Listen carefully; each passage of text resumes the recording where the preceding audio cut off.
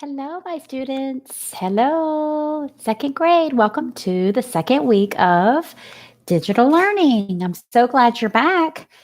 Today is Monday, April the 6th, and we are going to get started this week by reading a little bit of a book that I found. This book is called Scampering Through Savannah, and a friend of mine that went to school with me wrote this book with her husband. And she has some things right now that I wanted to show you about our city of Savannah. Does that look familiar? Okay. Where do you think that is? Anybody know? River Street. Very good. Hey, kids, said Dad excitedly. We're here in Savannah, the oldest city in the state of Georgia. Savannah is a seaport town on Georgia's Emerald Coast. Huge ships come up the Savannah River from all over the world. Let's get settled into our hotel and rest up, said Mom, so we can prowl around and check out this cool city. Hey, Noah, whispered Olivia, I'm not sleepy, are you? Let's go outside, check things out. I saw a really big oak tree outside the hotel that we could climb, said Noah. Wow, Olivia, look at the view from up here. Hey, Noah, look over there at that awesome pirate flag. Where? Over there. Let's climb down and go see it. Maybe there are some real pirates and we can find some treasure. Cool, look at me, Olivia. Get down from there, you may fall. You may get hurt, scolded Olivia. Let's go inside. They might have pirate swords or hats or even some gold coins. Wow, they do have cool pirate stuff in here. This place looks really, really old. I bet real pirates used to come here a long time ago. Hey, look, those girls are going up the street. Do you know where they were? The Pirate's House. Yes, it's a restaurant today you can go to. I see some girls, said Olivia. I wonder why they're wearing those uniforms, asked Olivia. They have a bunch of badges on their vests, too. Let's follow them and see where they're going. Do you know where that is? We marched by this building when we went to the Georgia Day Parade. Miss Gaylord said, look, this was the birthplace of who that we studied? The founder of the Girl Scouts. Who is that? Juliette Low. They went in there, said Olivia, into the Juliette Gordon Low house. Olivia said as she pointed to the building. Juliette Gordon Low was the founder of the Girl Scouts, and this building must be the national headquarters. No wonder those girls are dressed up in uniforms. They must be Girl Scouts. Look, Noah, they're coming out with a box of cookies. Let's get a box to eat. I'm starved. Great idea, Olivia said. There's a bench over there in the park that we passed. We can sit down, we can take a break, and we can take a snack. We'll pick up each day and we'll learn something else about our city of Savannah this week. Well, welcome back, and I'm glad that you're with me today.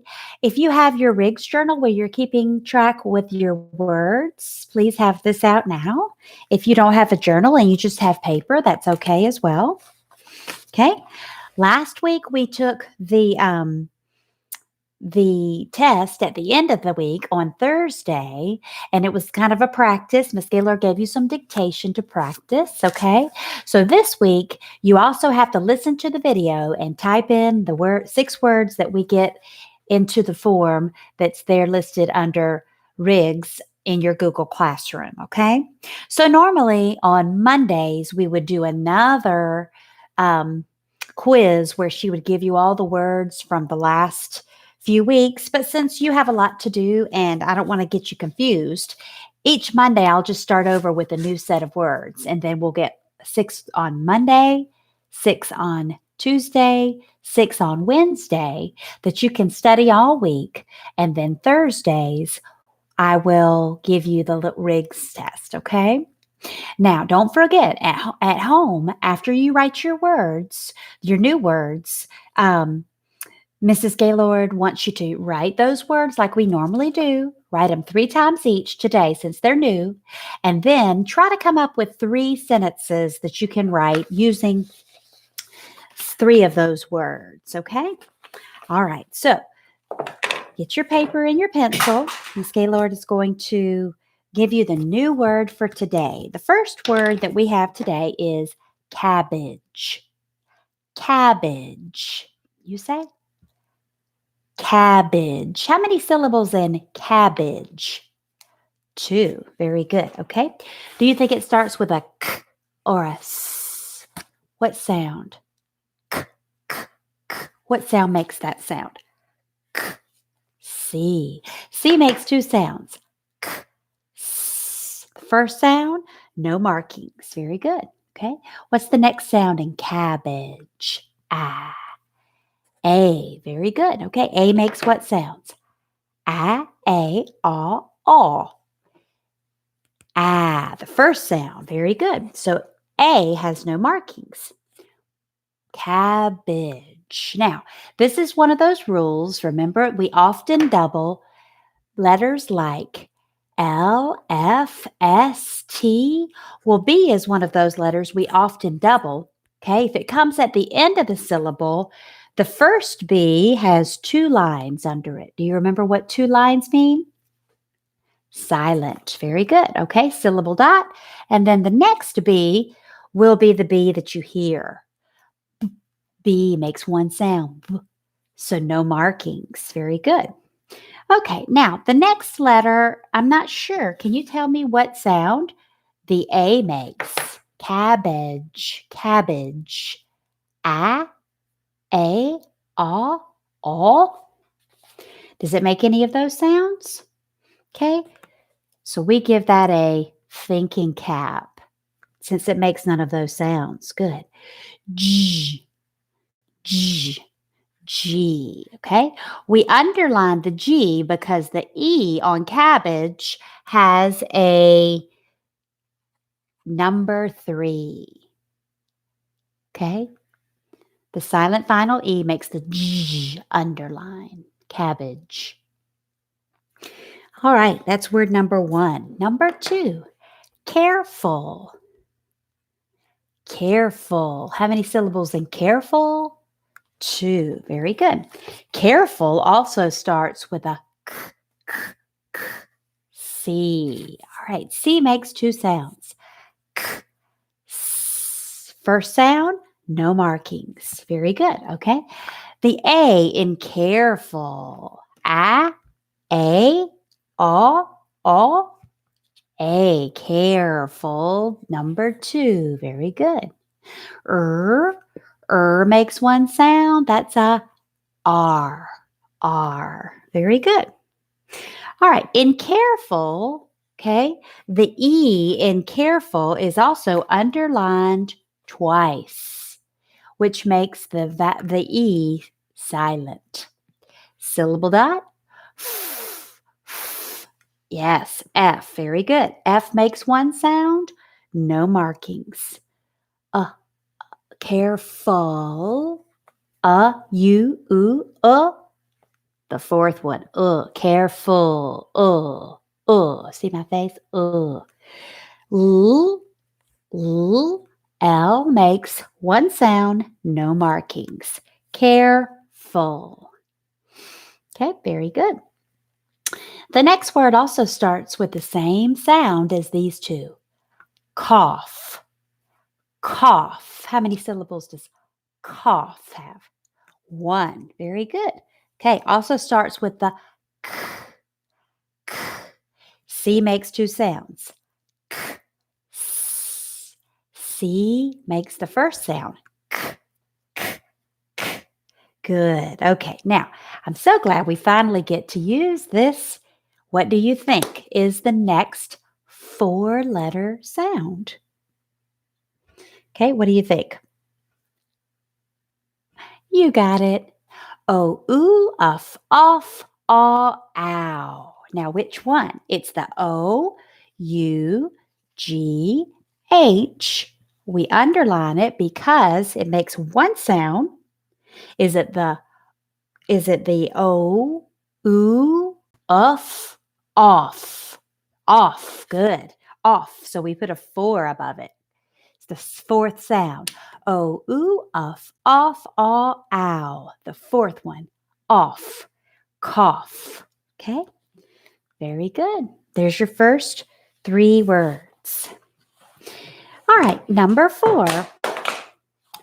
Number 4 is the word shift. Shift. How many syllables does shift have? 1. Very good. Okay, what does shift start with? Very good. The sh, 2-letter sh. Remember that we use at the beginning of a syllable or at the end? Sh, eh, eh, eh. I. Very good. What are the sounds of I? I, E. It's the I, which means it's the first sound, no markings. Very good. F. F makes one sound. T. T. Shift. Shift. Okay. The next word is a word you might not have heard before. Okay, the word is blimp. Blimp. How many syllables? 1. What is a blimp? Okay. A blimp can be a noun, and it can be one of those things that are up in the sky, looks like a hot air balloon filled with gases, and blimps have different purposes when they circle the earth. They might be recording something for the weatherman. They might be flying into some area looking for something. A blimp, okay, would be up in the sky. It starts with the 2-letter sound, blah, blah. What is that? B-L. Very good. Blah, blah. It's a 2-letter sound. Now, it's not in our card phonograms because we don't use it as often, but no, it's a 2-letter sound. Blah. Eh, eh, eh. Very good. I. What are the sounds of I? I, I, E. I is the first one. M. One sound. No markings. P, p, p, P. No markings. One sound. One syllable. Blimp. Blimp. Kind of a funny word to say, right? The next last word is hatch. Hatch. We talked about this word a lot at the beginning when we did our life cycle study. Hatch. How many syllables? 1. Very good. It begins with a H.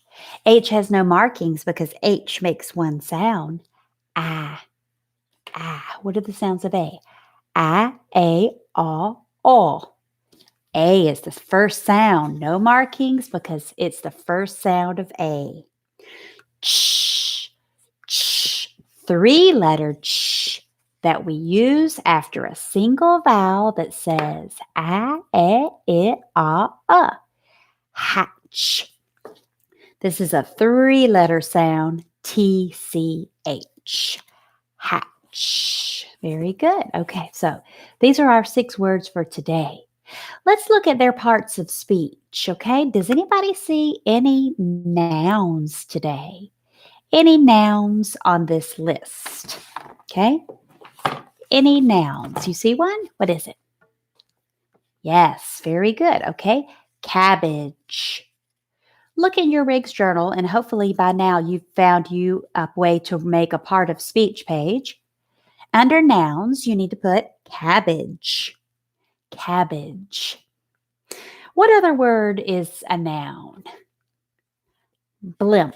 Okay, Miss Gildo told you it looked like a hot air balloon. Blimp. There's another word, there's 2 words really that could be nouns or they could be on the verb list. Does anybody want to guess what words are sometimes nouns and sometimes verbs? Cough. Very good. A cough. I have a cough. If I say a cough, that could be a noun. a cough. But if I have to cough, that would be an action, which makes it a verb. Very good. What other word could be on both lists? Shift. Shift. Yes, if I say I work the night shift, I'd write that under the nouns. I'm working a shift. Okay, but if I say I need to shift gears, that would be an action, which would be a verb. Shift. Okay, very good. What other word would only be a verb? What's another action? Hatch. Very good. Hatch. Okay. Hatch is also a verb. Now I've got one more part of speech. What is a word that we use as a describing word that describes a noun called? If it describes a noun, it's an adjective. Do you see a word on our list that describes something? It describes a noun? Careful. Careful. Can you use careful in a sentence for me right now? Careful.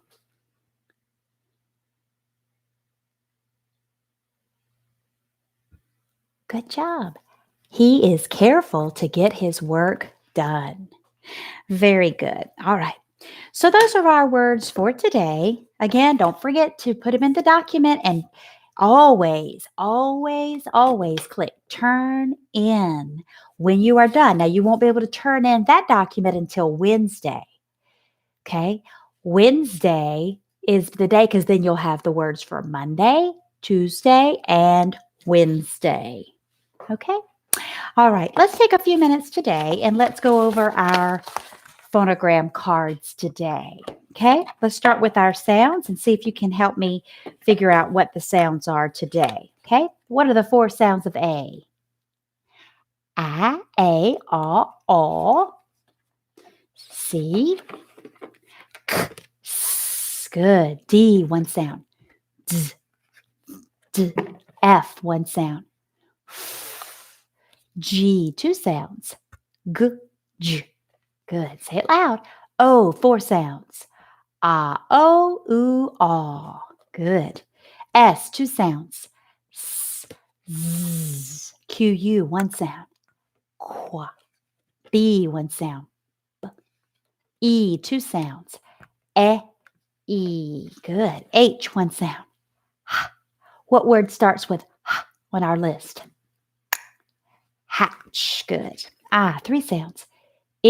I, E. J, 1 sound. J, K, 1 sound. K, L, 1 sound. L, M, 1 sound. N, 1 sound. P, 1 sound. P.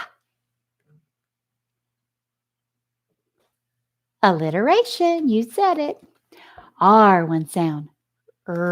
T, 1 sound. T, U, 4 sounds. U, oo, Good. V, 1 sound. V, W, 1 sound. Ooh. X, 1 sound. X. What word last week had a X? Excuse. Good. Y, 4 sounds. Ya, I, E. Very good. Z, 1 sound. Z. 2 letter sounds. These sounds are Can you tell me? The of her. The of early. The of works. The of nurse. The of first. Shh. Used at the beginning of a word, at the end of a syllable, but not used at the beginning of most syllables after the first one, except for the ending ship. What word on our list had a sh? Shift. Very good. Shift. E always says E. A, two-letter A that we do use at the end of English words. A, two-letter A that we do not use at the end of English words. Why not? Because English words do not end with, I. Ow, oh, cow and snow. Ow, oh, ooh, Aw that we do use at the end of English words. Aw that we do not use at the end of English words. Why not? Because English words do not end with you. Ooh, you that we do use at the end of English words. Ooh, you that we do not use at the end of English words. Why not? Because English words do not end with you. Very good. Oi that we do use at the end of English words. Oi that we do not use at the end of English words. Why not? Because English words do not end with I. Ooh, oh. Good. Ch, k, sh, ch, k, sh. Ng. Very good. E, a. R. K, two-letter K used after a single vowel that says a, e, a. Good. Ed, d, t, past tense ending. Or, hua, oo, I, e. Very good. O, the O of boat. A, e that we do use at the end of English words. A, e that we do not use at the end of English words. Why not? Because English words do not end with I. A, four-letter A. I, three-letter I. E, I, our backwards phonogram. We say E, I, but we write I, E. Good job. N, two-letter N, used only at the beginning of a base word. Two-letter F, two-letter F. Two-letter N, used at the beginning and end of a base word. J, three-letter J, used after a single vowel that says a, e, a. O, the O of toe. Ch, three-letter Ch, used after a single vowel that says a, e, a. What word on our list has a ch, three-letter ch? Hatch. Very good. Sh, short letter sh, used at the beginning of any syllable after the first one. Sh, tall letter sh, used at the beginning of any syllable after the first one. Sh, z, used at the beginning of any syllable after the first one. And o, oo, uff, off, aw, ow. What word has a off sound? Cough. This week we have cough. Okay, you did a great job. High five. High five. You get your first star for finishing up your Riggs lesson today. Don't forget to do your homework tonight with your Riggs, okay? Very good. All right. If you need to take a quick break, Miss Gaylord's got stuff off. You could see her kitchen. She has materials all over the tables, the chairs, the floors. She's got stuff everywhere. So she's cleaning up. You get yourself together. Find your next thing, which would be your math materials, okay? Find your math book and let's see if we can find it. Find your math book and your pencil, okay?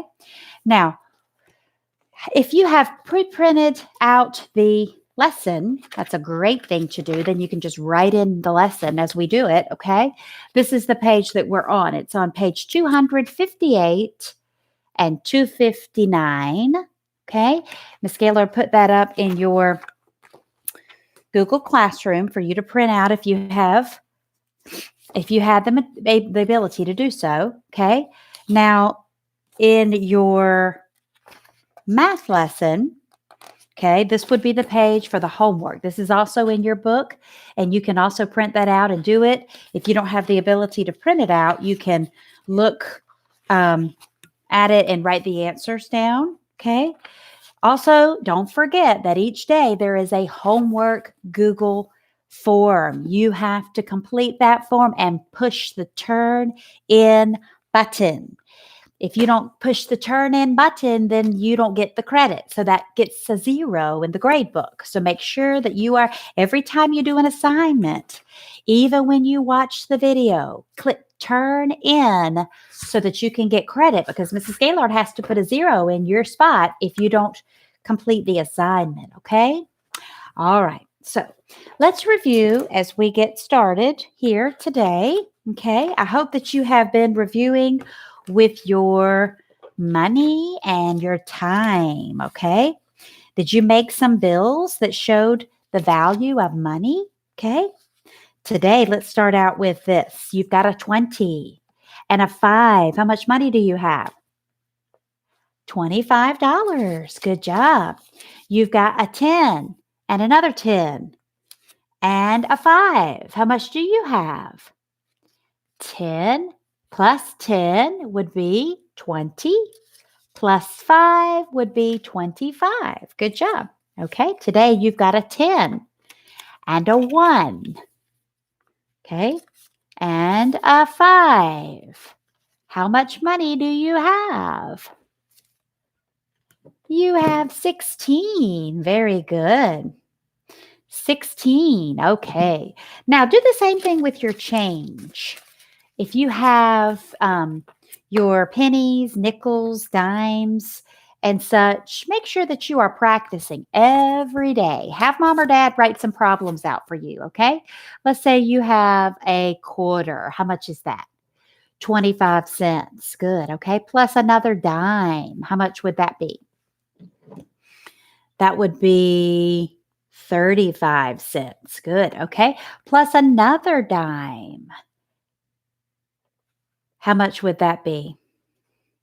That would be 45 cents plus another nickel. Notice Miss Gaylord put a 0 in front of the 5. Okay, so you have 25, 35, 45, 50 plus another penny. How much would that be total? Let's see, okay? 2 ways. You can do it in your head or you can do it here. 5 and nothing. 5.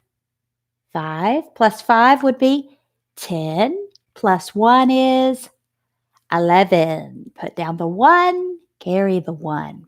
1 and 2, 3 plus 1, 4 plus 1, 5. So your total is 51 cents. There's 2 ways to write it. You can write it like that, or you can write 51 cents with the cent sign, 51 cents. Have mom or dad come up with some problems for you to add with money if you are still needing to do so, okay? Very good. All right, so today's lesson, you've had time to press pause if you're not ready and need to stretch or take a quick break or a sip of water. Okay, now we're going to look at today some more questions on shapes. Let's review real quickly from last week. This time we're going to do something different with shapes, okay? Let's review just real quickly these that you learned last week. Can anybody tell me what this shape is? It is a 6-sided shape. 1, 2, 3, 4, 5, 6. It has how many angles? 6. They're called angles or vertices. And there are 6. What do we call this shape? Good, a hexagon. Hexagon. Okay, what do we call this shape? 4-sided figure with straight sides. These 2 sides are what we call parallel. These 2 sides are not parallel. Okay, they will eventually cross. What do we call these? A trapezoid. Very good. This is a 3-sided shape. You know the triangle. How many angles does the triangle have? 3. How many sides does the triangle have? also 3, okay? This shape, you know the square. What's another name for the square? A quadrilateral. Very good. A quadrilateral has 4 sides. The prefix means 4. In the square, all sides are what? Equal. In the rectangle, all sides are not equal. You've got 2 sides that are equal length and 2 sides that are not. But they're all parallel. These two are parallel and these two are parallel. Is this also a quadrilateral? Yes, very good. Okay. Is this also a quadrilateral? Yes. Do you remember the name of this shape? The rhombus. How many sides does the rhombus have? 4. Good. The 2 sides are parallel. 2 sides are parallel in the rhombus. Some people say this also is the shape of a diamond. Very good. Okay. And of course, you know the circle does not have straight sides at all. Today, we're going to pay close attention to this shape, which is a quadrilateral, but it's called the rectangle. Okay. We're going to pay close attention today to the rectangle. Now, Miss Gaylord has different rectangles in her box here. She's got lots of rectangles, different colors, sizes. Okay, you see this one is different than this one. Okay, this one is different than this one. Okay, what do they all have in common? They all have straight sides. They all have 4 sides, which makes it a quadrilateral. Okay, they all have different lengths going across and up and down. Okay, all of these rectangles. Okay, today let's look at our lesson. It says, how can you break up a rectangle into squares of the same size? You know how to put shapes together to make bigger shapes. You can make a rectangle just by using these squares. Okay, now it says, look at the think. You can use squares that are the same size to make a rectangle. Okay, let's see if we can count the squares that are in that picture. Go ahead and take your time and count the squares. Okay. How many squares are across that rectangle? 1, 2, 3, 4, 5, 6, 7, 8, 9, 10, 11, 12. Did you count 12 squares across? You can put 12 squares across to make one rectangle. Okay, it says you can also put them in 2 rows to make a rectangle. Okay, so I'm going to kind of take this rectangle and I'm going to divide it up into 2 rows. See what I'm doing here? 2 rows. Row 1, row 2. Okay, now remember what we called these when we learned this at the beginning of the year? When I draw the line down, we call these the columns. Okay, all right, so I'm going to divide my rectangle here into 2 rows and 6 columns. Now, Miss Gaylord knows these are probably not exactly perfectly drawn, but it's going to do for us today, okay? 2 rows, 1, 2, and how many columns? 1, 2, 3, 4, 5, 6. Okay, now since my rectangle is not exactly perfect, these aren't squares exactly, but it shows you what I mean by how many pieces, okay? Now, there are how many of these tiles in the rectangle? Okay, if you go across, you can see that I made 2 rows, and every column, 6 columns. Okay, so if I count the number of these objects, 1, 2, 3, 4, 5, 6, 7, 8, 9, 10, 11, 12. I have made 12 equal, these aren't exactly squares because I didn't have my squares to show you, but you have 12, think of them as equal squares. Okay? Now, the next part is they ask you to look at the drawing there. Make a drawing of 12 squares. This time they don't want 2 rows. They want you to put in, it says 3 rows. Okay, so I'm going to show you on another one how we can do that. Okay, go ahead and take your pencil. Now, these may not be exact. You may not have your ruler with you. If you do, great. You can use that as well. Okay, but you're gonna look at the they've given you a spot here to draw in your rectangle. Okay, so I'm gonna draw my rectangle in that spot. Okay, how many rows did they ask me to draw? 3. Very good. So they need to be even. 1, 2, 3. Okay, 3 rows. It says make a drawing of 12 squares total.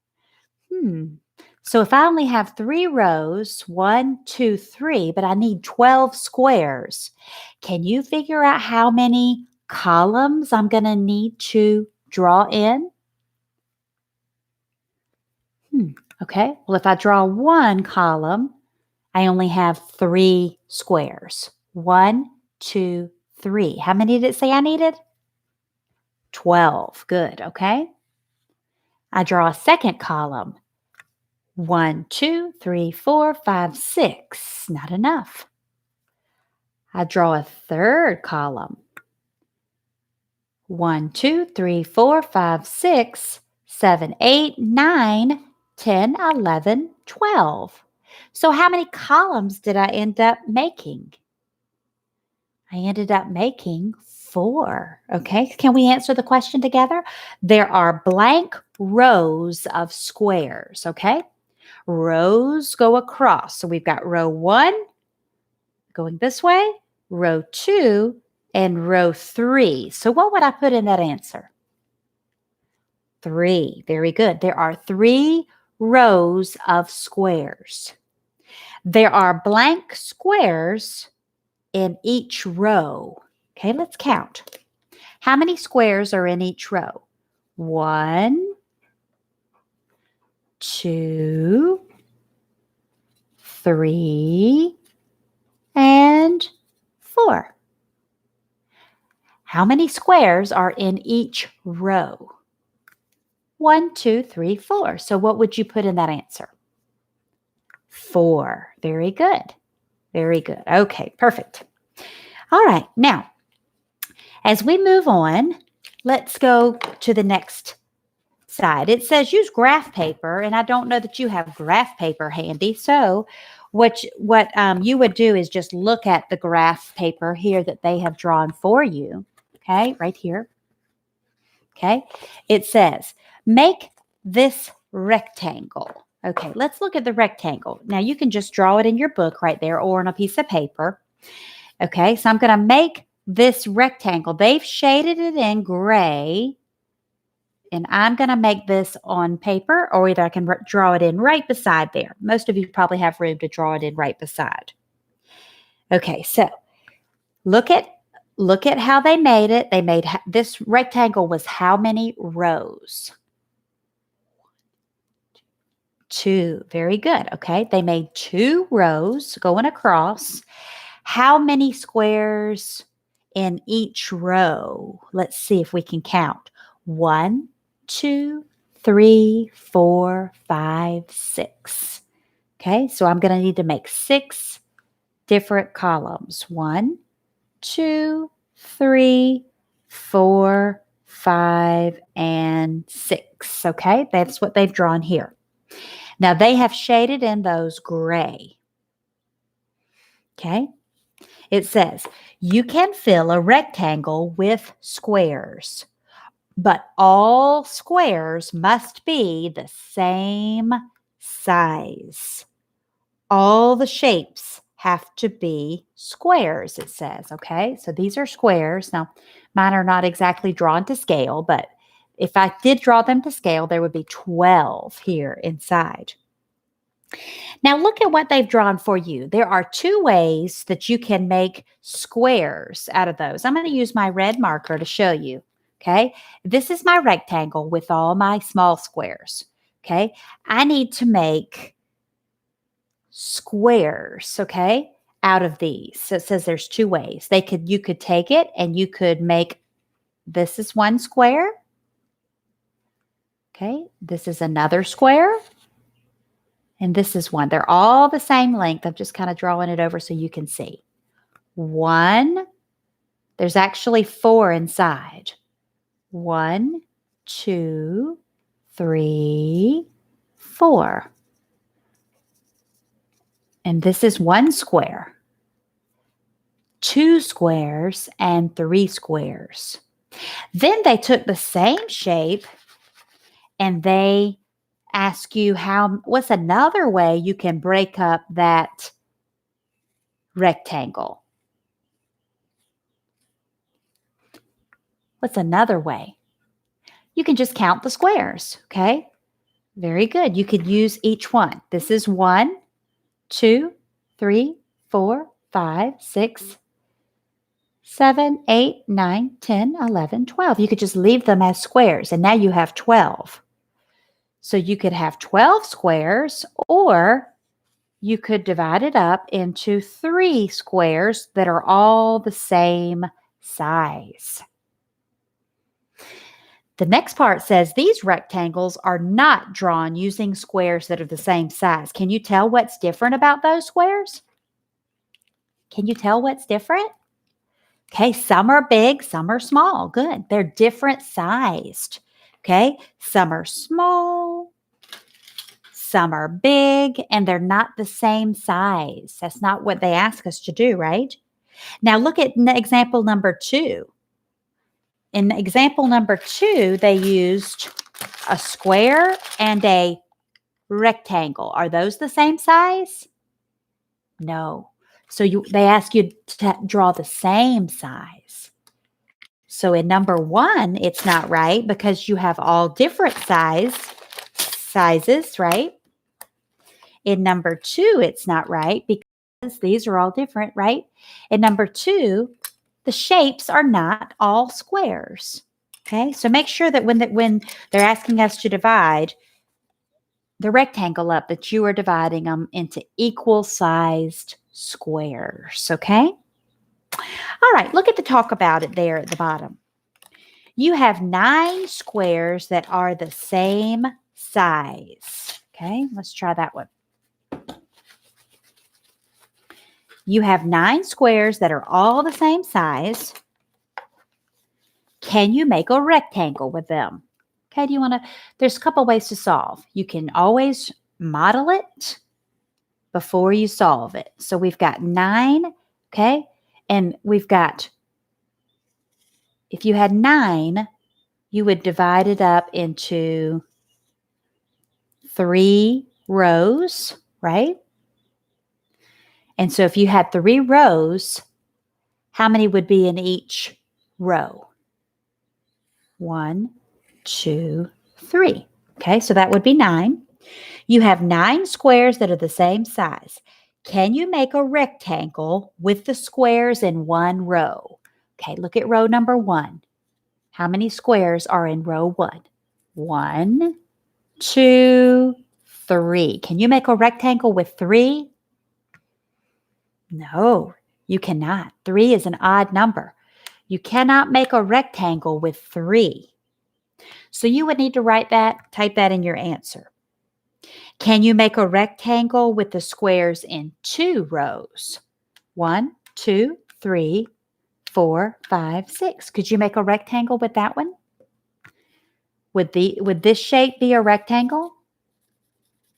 1, 2, 3, 4, 5, 6. Look at the shaded shapes. Would that be a rectangle?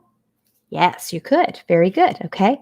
Could you make a rectangle with 3 rows? 1, 2, 3. That's row 1, row 2, and row 3 shaded. Okay, is that a rectangle? That would be a square. That would be a square. Okay, so 1 row of 9 squares makes 3 squares, okay? 3 squares cannot make a rectangle. 2 rows, you would be able to make a rectangle, but with 3 rows, you would have a square, so that would not be a rectangle. As you write your answers, make sure that you are writing in complete sentences and that you are completing the document that we have uploaded into the Google Classroom, okay? Very good. All right, real quickly, let's talk about these shapes again. Can anybody see the red shape? What shape is the red shape? Triangle. Okay, look at the yellow shape. Is it a square or a rectangle? Let's see. Are all the sides the same? 1, 2, 3.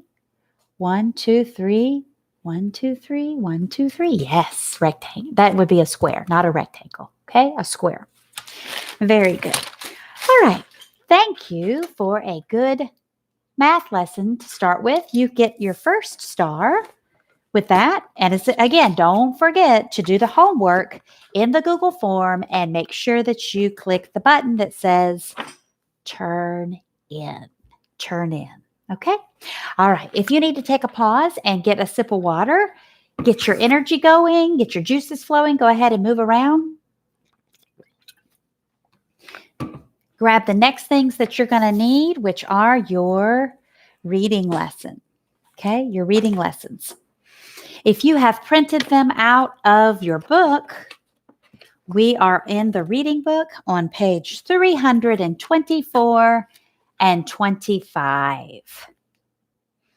Okay, if you printed those out, that's where we left off in reading.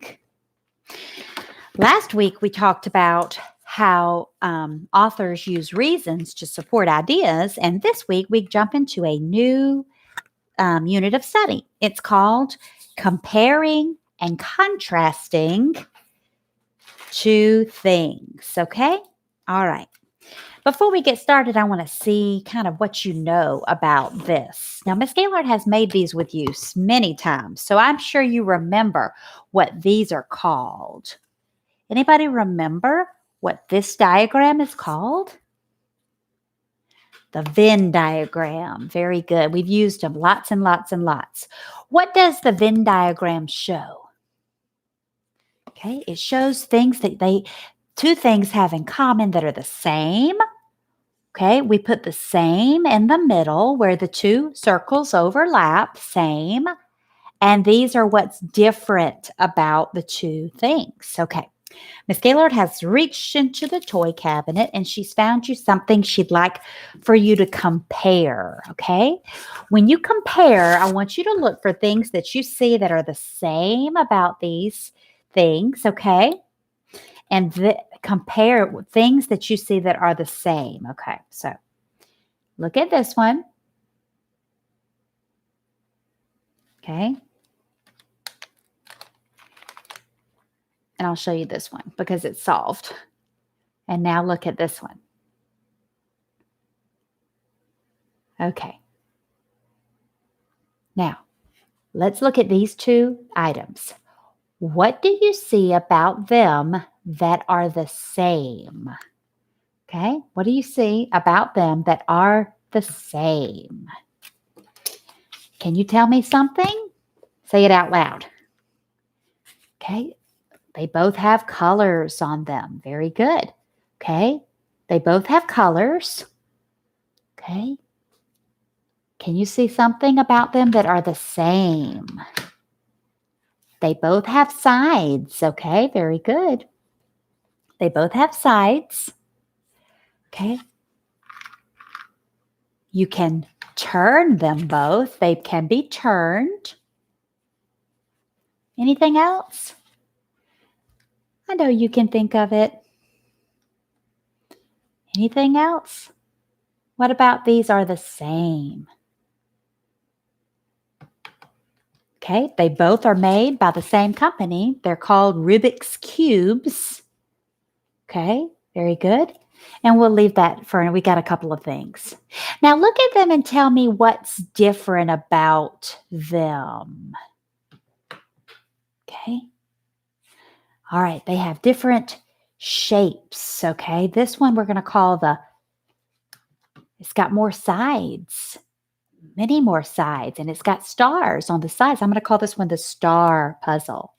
Okay. And this one is a cube, and they look like it has squares on them. We're going to call this the square puzzle. Do you see something else that's different about them? Okay. What does the star puzzle have? More sides. Okay. We'll put that under the different column. More sides.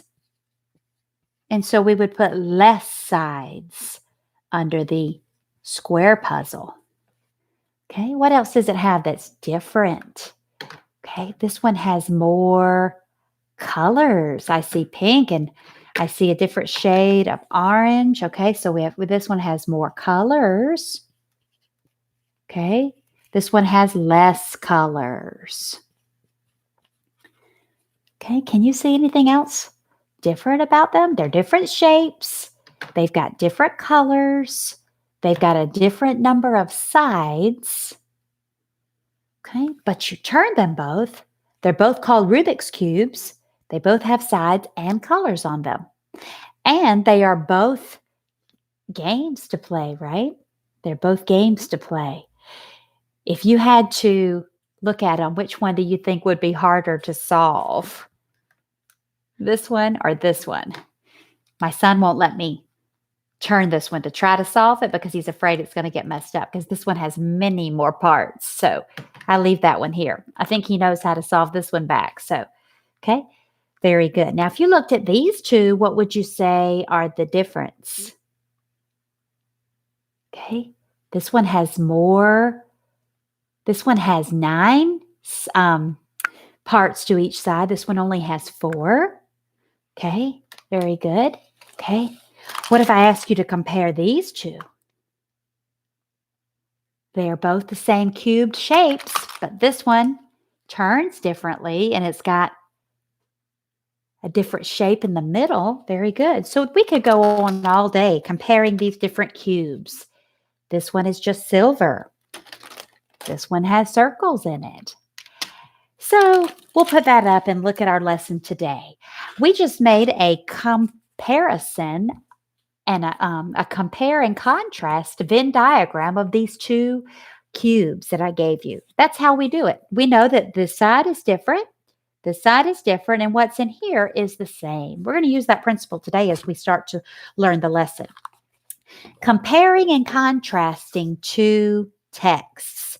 Look at your book on 324 if you have that out. Look at the learning target. It says, comparing and contrasting the most important points in two texts on the same topic will help you learn more about the topic. Okay, look under the read paragraph. When you compare texts, you tell how they are alike. Look at my diagram. You see the middle part? Alike.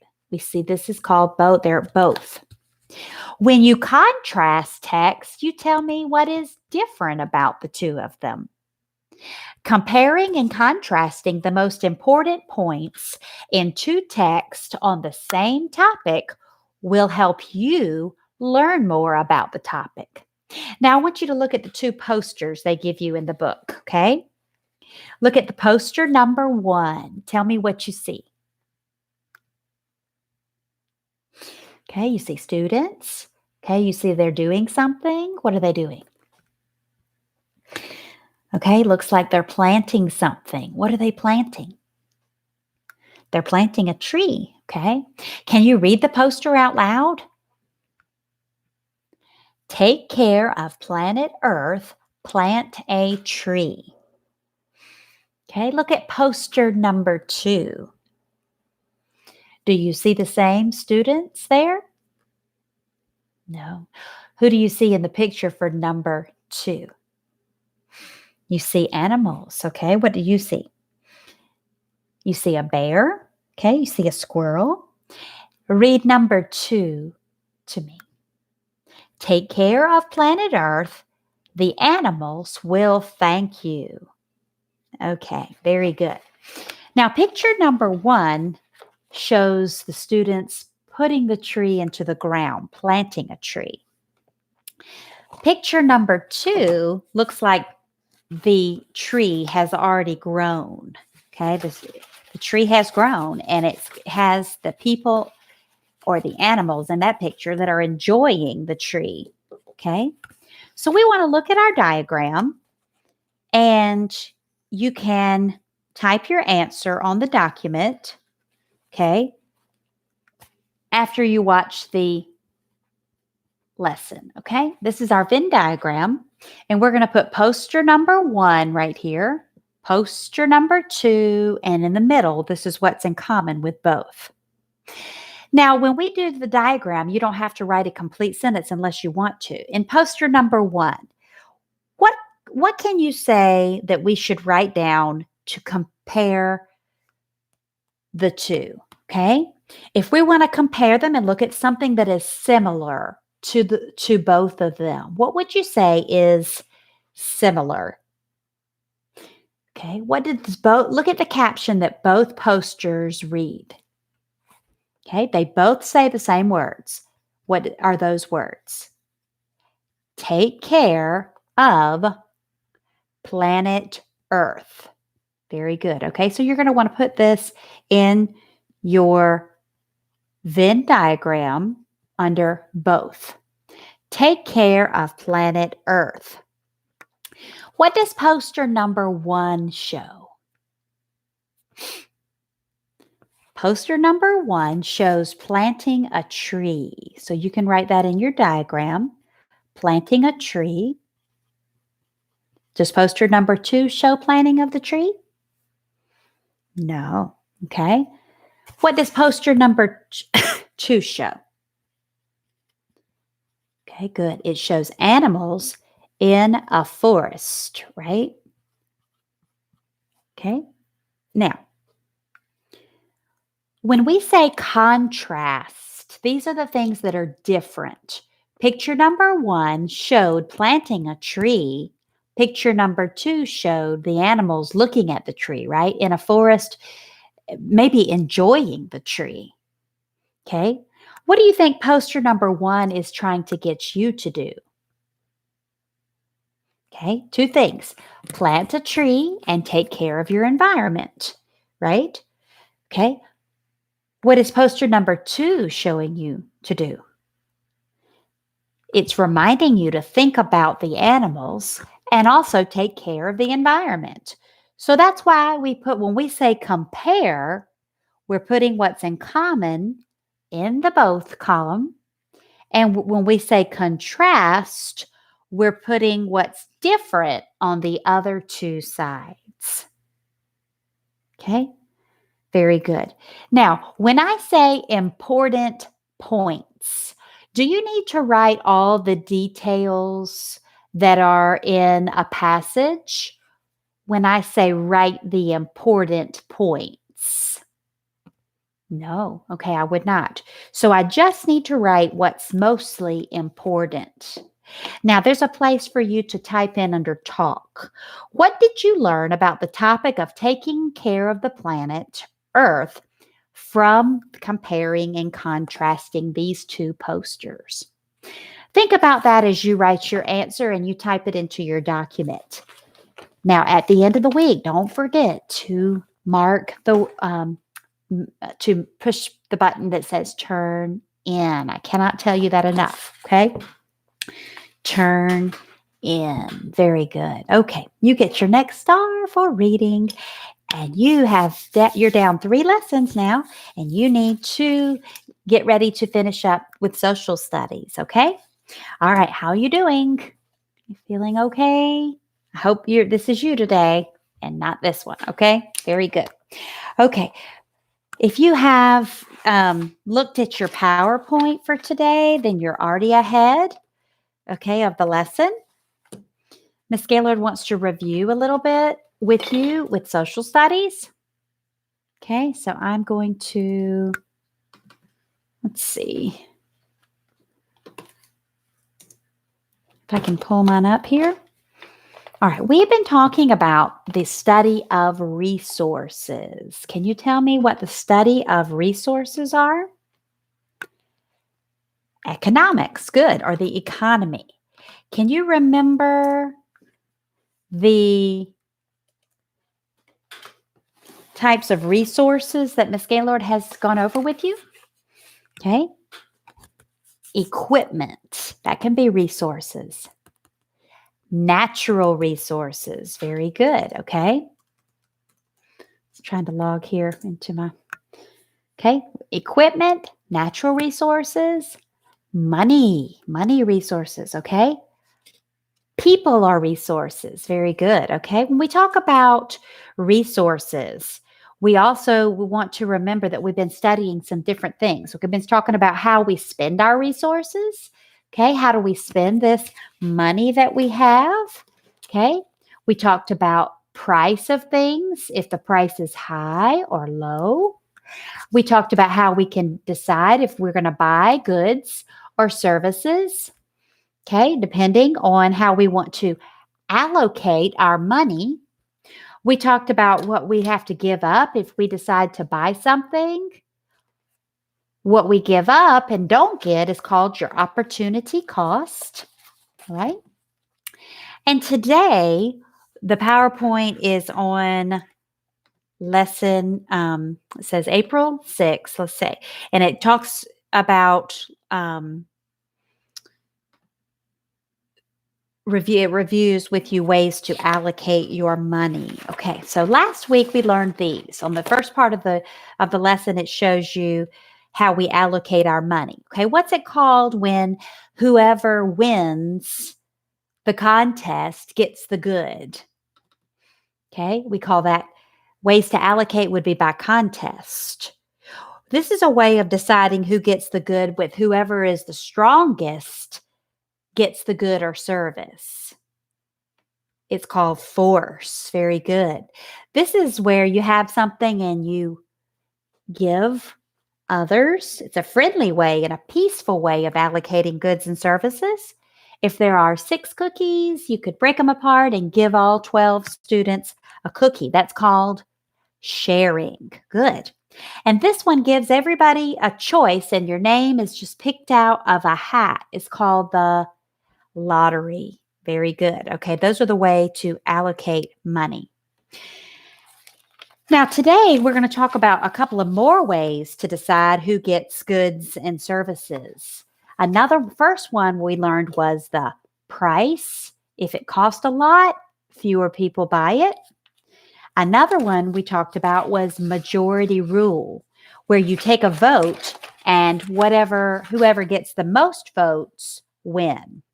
Well, there's 3 more ways I want to talk about today. In your PowerPoint, it shows the word authority. Allocating goods and services by authority means that whoever is in charge decides who gets what. Okay? Authority means whoever's in charge. Now think of a king in a kingdom. Okay? When he's talking about the people of his kingdom, who gets to decide the rules? The king, right? Not the servant or the people in the kingdom. He gets to decide if you get all or nothing or a little bit or a lot. Okay? It's called authority. Another way to decide who gets things is a first come, first served basis. Now, you know what that means. When you're in the lunch line at school and whoever is in line first gets served first, and then they go to their table, right? So when you're standing in line for things, let's say you want some concert tickets or something, and you were at the ticket counter first, the line starts forming toward the back, and whoever was there first gets the ticket to the concert, right? First in line means the first to get the good or service. Well, the third way, the last way we'll learn to allocate means that people get a good or service based on something about them. Okay? Based on something about them. Maybe the person giving out the things decided who's going to be able to get them. I know I went to the grocery store the other day to get some goods, and they said they only open at a certain time for people that were 65 and older. They were trying to get the older people into the stores early. And so if you weren't that age, you weren't supposed to come in yet. That would mean a personal characteristic. They're giving an opportunity to the older people to come in and get some groceries and not have to have so many people around the grocery store. That's called a personal characteristic. Okay. Or maybe a characteristic could be all sick people get the service. For example, I've broken my leg and I need some help, some therapy to get it feeling better. It's called physical therapy. And they only send the therapist to the people that break their leg. A person that hasn't broken their leg doesn't get a therapist. You see? That's a personal characteristic. Okay. All right. So on the next slide that you look at, it says, let's see if we can decide which method of allocation is correct. Okay. So think about the ones that we've looked at today. Authority, like the king decides who gets things. First come, first served, where you get in line, you get the good first. Or personal characteristics, like you get to go into the grocery store because you are a certain age.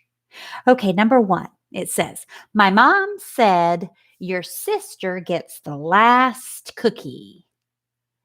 Can you tell which of those 3 ways of allocating goods applies there?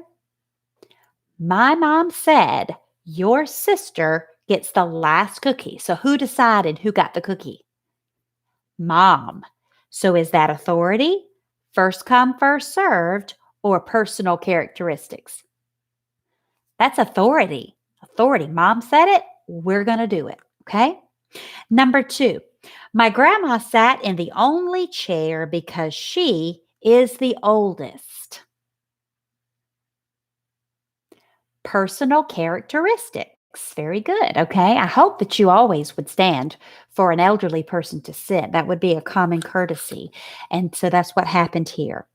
And the last one, number 3, I got the best toy because I was in line first. First come, first served. Very good. Okay. Good job. All right. Let's see. Now it says, let's pretend we can line up at home and wait for me to teach 10 minutes while I'm going to get you some ice cream. Okay, would it be worth the time spent waiting if you got nothing? Okay, Miss Gaylord says, if you can wait 10 minutes for me to finish teaching, I'm going to give you an ice cream. And you like this blueberry ice cream? Okay. Would it be worth the time waiting if at the end of the 10 minutes you waited for the ice cream and you got nothing? Would it be worth it for you? No, probably not. Next time the teacher said, okay, if you wait for me to finish in 10 minutes, I'll give you an ice cream. Would you wait again? Maybe not. Maybe not. Would you be early the next time? Would you be early for the ice cream the next time and say, I'm going to wait even longer, maybe 15 minutes? Probably not. So you see, in economics, people decide and make choices with their money and their goods and their services based on things that happen in life. And that's all part of economics as well. Okay, so at the end of this week, you'll also have a social studies quiz that you need to mark, turn in, and make sure you have completed in the Google Classroom. Okay? You are doing a great job, and you just got another star for social studies. Very good. Very good. Okay, so in grammar this week and language, I want you to check the Google Classroom for some practice that we're going to do this week in language. Okay, there'll be practice sheets for you to, some things we've covered, and some things you may have to read the directions. Like last week, you had to read the top part of the directions on sentences and such, and make sure that you are doing those this week. the next thing I want to do is continue on in our book study. Okay. Our book study, I hope that you've had a chance to either look at the PDF that I gave your parents via download, or maybe you've got the book or you've borrowed the book.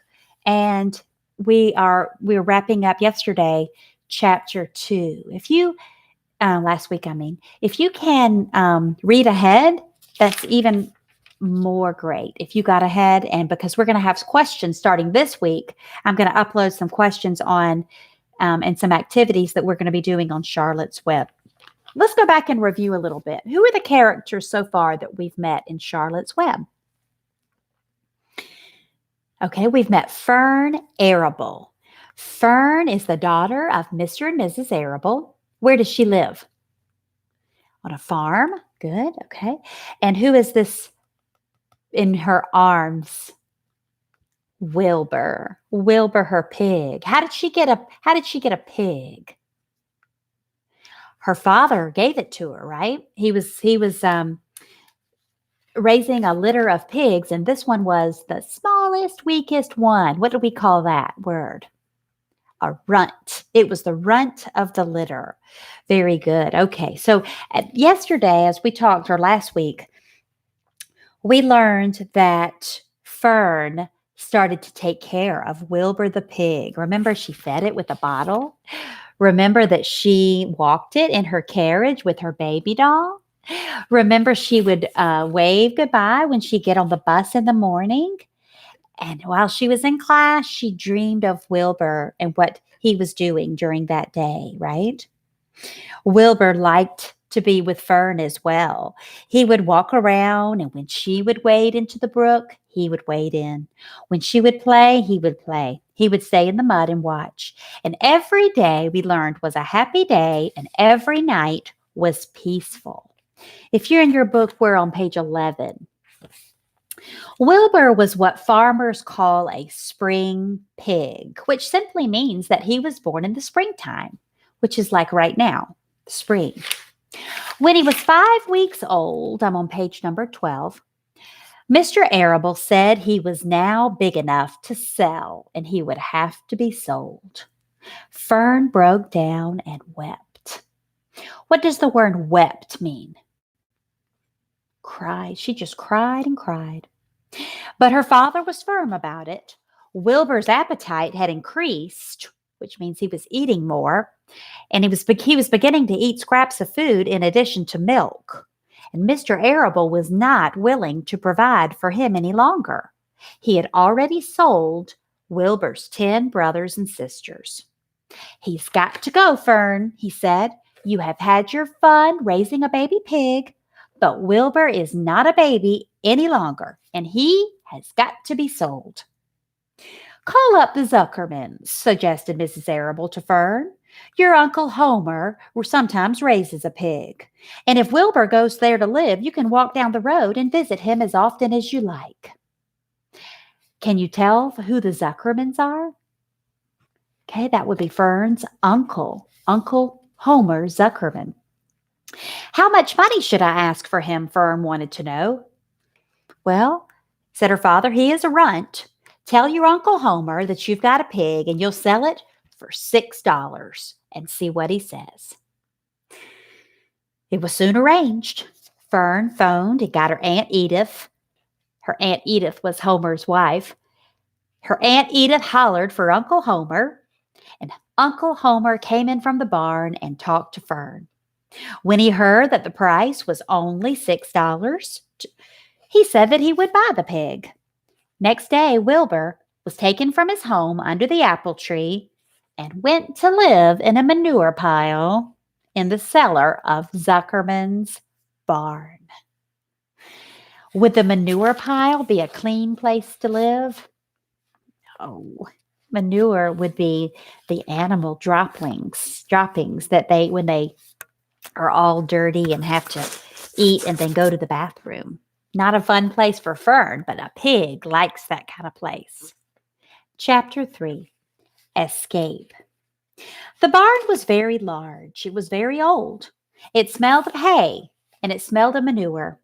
It smelled of the perspiration of tired horses and the wonderful sweet breath of patient cows. It often had a sort of peaceful smell, as though nothing bad could ever happen again in the world.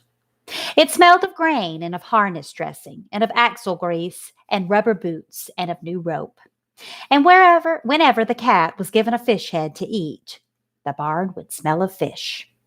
But mostly it smelled of hay, for there was always hay in the great loft up overhead, and there was always hay being pitched down to the cows and horses and the sheep.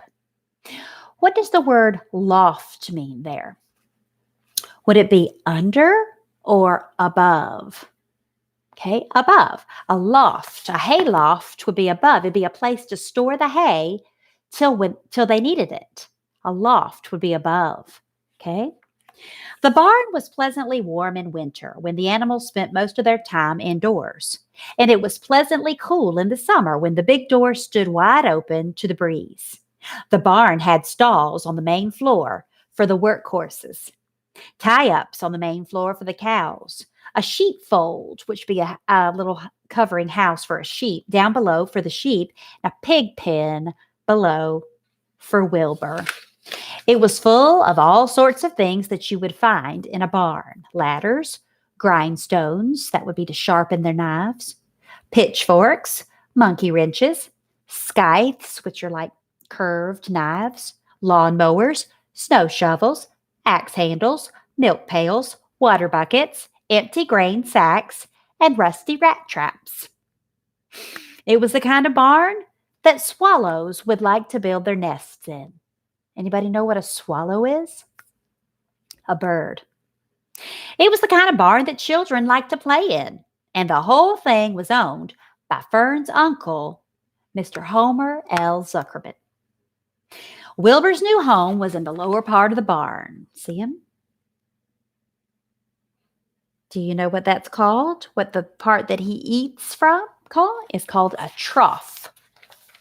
Trough. Just like cough. Remember the sounds? Off. Oh, off. Okay, very good. All right, so Wilbur's home was in the lower part of the barn directly underneath the cows. Mr. Zuckerman knew that a manure pile is a great place to keep a young pig. Pigs need warmth, and it was warm and comfortable down there in the barn cellar on the south side. Fern came almost every day to visit him. She found her an old milking stool that had been discarded. See the stool? Do you know what the word discarded means?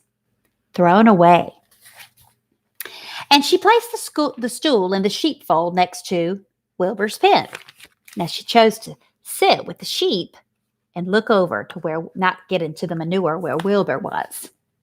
Here she sat quietly the long afternoons, thinking and listening and watching Wilbur. The sheep soon got to know her and trust her. So did the geese who lived with the sheep. All the animals trusted her. She was so quiet and friendly.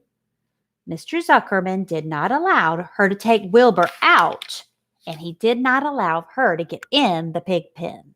Okay, see her animals that she became friends with, her sheep, the geese, Wilbur. But he told Fern that she could sit on that stool and watch Wilbur as long as she wanted to. It made her happy just to be near the pig.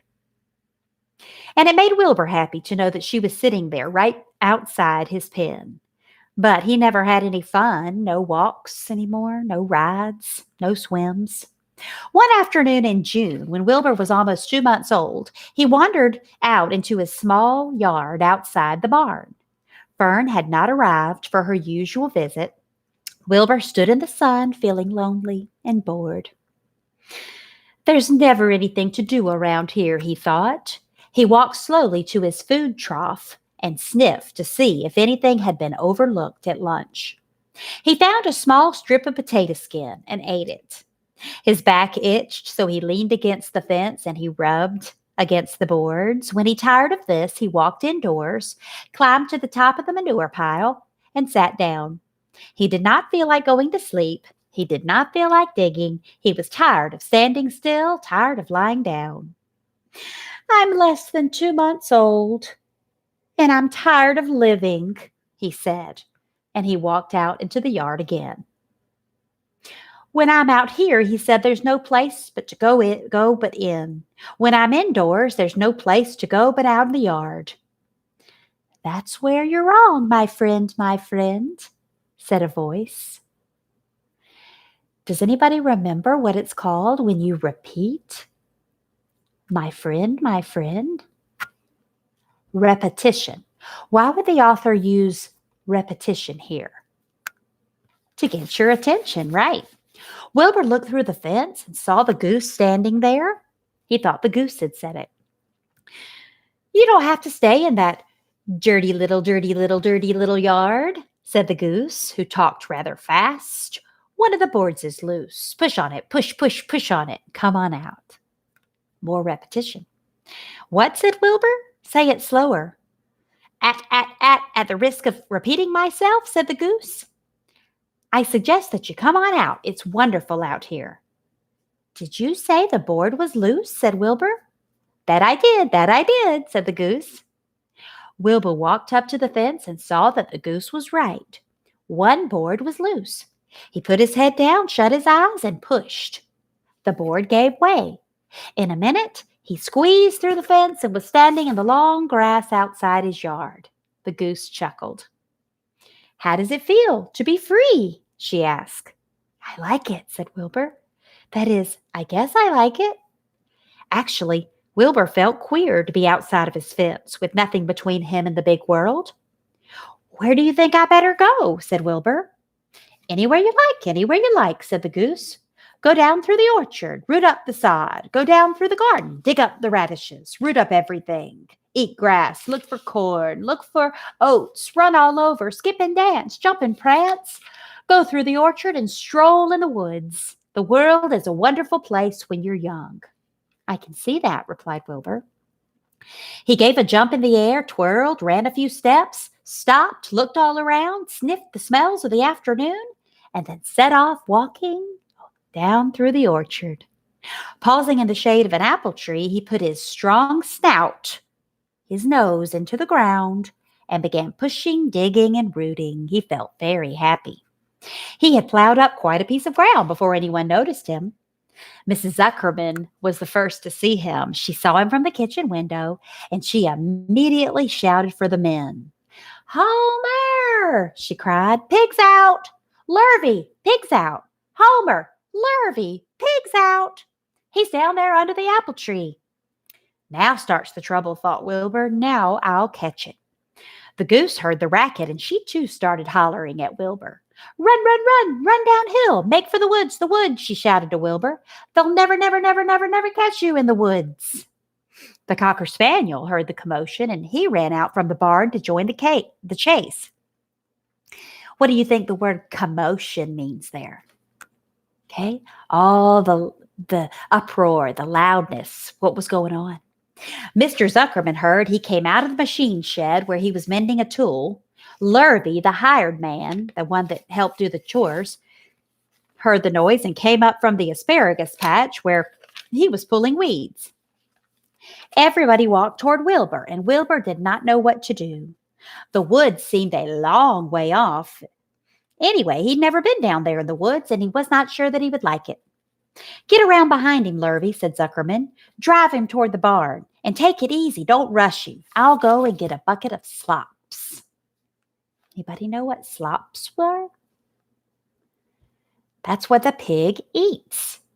The pig eats all the leftover food from the house. Whatever you don't like, last bit of something, crumbs, bread crusts, anything left over, a little bit of milk, you pour it into a bucket, and a pig likes its slops. So he said, Lurvy, go get a bucket of slops and see if he'll come.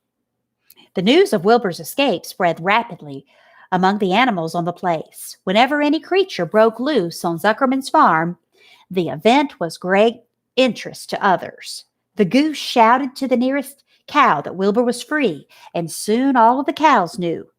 Then one of the cows told one of the sheep, and soon all the sheep knew. The horses in their stall in the barns pricked up their ears when they heard the goose hollering, and soon the horses had caught on to what was happening. Wilbur's out, they all said. Every animal stirred, lifted its head, and became excited to know that one of his friends had gotten free, was no longer pinned up or tied fast. Wilbur didn't know what to do, which way to run, as though as everybody was after him. If this is what it's like to be free, he thought, I believe I'd rather be pinned up in my own yard. The Cocker Spaniel was sneaking up on him from one side. Lurvy, the hired man, was sneaking up. There's Mr. and Mrs. Zuckerman. Mrs. Zuckerman stood ready to head him off if he headed for the garden, and Mr. Zuckerman was coming carrying that pail. This is really awful, thought Wilbur. Why doesn't Fern come? And he began to cry. The goose took command and began to give him orders. Don't just stand there, Wilbur. Dodge about, cried the goose. Skip around toward me, run, slip in and out, in and out, in and out. She repeats herself, you know. In and out, make for the woods, twist and turn. The Cocker Spaniel sprang for Wilbur's hind leg, and Wilbur jumped and ran. Lurvy reached out and grabbed Mrs. Zuckerman. You can see Lurvy trying to grab at him. Mrs. Zuckerman screamed at Lurvy. The goose cheered for Wilbur. Wilbur dodged through Lurvy's legs. Lurvy missed Wilbur and grabbed the spaniel instead. Nicely done, cried out the goose. Try it again. Run downhill, suggested the cows. Run toward me, said the gander, which is the male goose, right? Run uphill, said the sheep. Turn and twist, said the goose. Jump and dance, said the rooster. Look out for Lurvy, said the cows. Watch out for Zuckerman, yelled the gander. Watch out for the dog, cried the sheep. Listen to me, screamed the goose, and poor Wilbur's head was just dazed, frightened by this hullabaloo. All this nonsense, right? He didn't like being the center of all this fuss, and he tried to follow the instructions of his friends that were giving him, but he could not run downhill, uphill at the same time. He couldn't turn and twist. He was jumping and dancing. He was crying so hard that he could barely see anything that was happening. After all, Wilbur was a very young pig, not much more than a baby, really. He wished that Fern were here to take him in his arms and comfort him. When he looked up and saw Mr. Zuckerman standing quite close to him, holding that pail of warm slops, he felt relieved. He felt okay. He lifted his nose, sniffed. The smell was delicious. Warm milk, potato skins, wheat middlings, Kellogg's Corn Flakes, and some popover left over from the Zuckerman's breakfast. Come, pig, said Zuckerman, tapping at the pail. Come, pig. Come, pig. No, cried out the goose. It's the old pail trick, Wilbur. No, don't fall for it. He's trying to lure you back into captivity, ivity. He's appealing to your stomach. You know what the word appeal means. Okay, he's trying to get you to do something. He is tricking him. But Wilbur didn't care. The food smelled appetizing, which means good. He took another step toward the pail. Pig, cried Mr. Zuckerman in a kind voice. He began walking toward the barnyard, looking all about him innocently, as if he did not know that a little white pig was following along behind him. You'll be sorry, called out the goose, but Wilbur did not care. He kept walking toward that pail of slops. You'll miss your freedom, honked the goose. An hour of freedom is worth a barrel of slops. Wilbur did not even care. When Mr. Zuckerman reached the pig pen, he climbed over the fence and poured the slops into the trough. Then he pulled the board loose away that was on the fence, and there was a wide hole for Wilbur to walk through. Reconsider, which means think again. Reconsider, said the goose. Wilbur paid no attention. He stepped through the fence into his yard. He walked to the trough, and he took a long drink of the slops, sucking in the milk hungrily and chewing the popover. It was good to be home again. While Wilbur ate, Lurvy fetched a hammer, some 8-penny nails, and nailed that board in place. Then he and Mr. Zuckerman leaned lazily on the fence, and Mr. Zuckerman scratched Wilbur on the back with a stick. He's quite a pig, said Lurvy. Yes, he'll make a good pig, said Zuckerman. Wilbur heard the words of praise. He felt the warm milk inside his stomach. He felt that pleasant rubbing of the stick on his itchy back. He felt peaceful, happy, sleepy. This had been a tiring afternoon. It was still only about 4 o'clock, but Wilbur was ready for bed.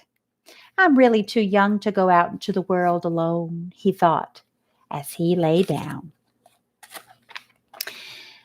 This week, you will have some writing activities and some things to do in language with Charlotte's Web. Look for them on your Google Classroom.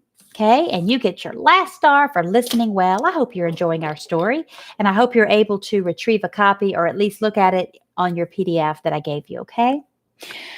You have put in a great amount of work. Thank you for keeping up your spirits and doing a great job. Ms. Gaylor is very excited today to tell you that you have done a great job. And Monkey wants to say, great job, second grade. Great job. Great job. Mwah. Mwah. Miss Gaylord mwah, misses you every day. Every day I look at your little picture. And I want you to send me some pictures. If you can send me some pictures of you and your learning. Miss Gaylord wants to send to Mr. Lilas asked if you could see that. Do you remember this picture? That was our last little picture we took before my mom passed with y'all. She came to read to y'all, and that was the last picture that I pull that out, and I look at it almost every day to remember your faces. And I hope that you can send me a picture if you will. And thank you for doing such a good job. Okay. All right. Let me know if you have any questions, and I will see you tomorrow. Goodbye, class. Goodbye.